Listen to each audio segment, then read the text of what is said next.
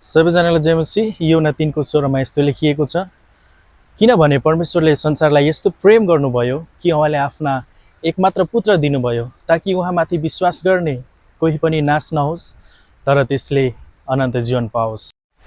त्यसैले हाम्रो जीवनको मुख्य लक्ष्य संसारको धन, प्रसिद्धि, लोकप्रियता, विलासी जीवनशैली वा मानिसको प्रशंसा होइन।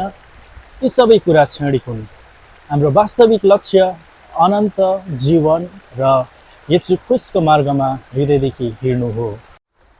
येशूले भन्नुभयो, बाटो, सत्य र जीवन म नै हुँ।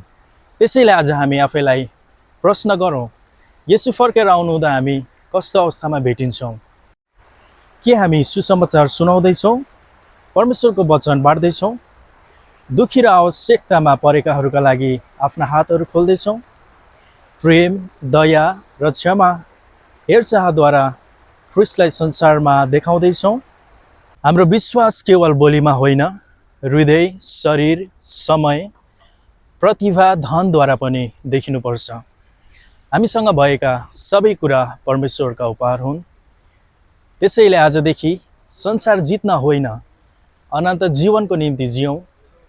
येशूलाई हृदयदेखि पछ्याउँ, उहाँको वचन पालन गरौँ, सुसमाचार फैलाउँ र प्रेम बाँडौँ। येशू हाम्रो बाटो, सत्य, जीवन हुनुहुन्छ। अब हाम्रो ध्यान संसारमा होइन, अनन्त जीवनमा केन्द्रित गरौँ। आमेन।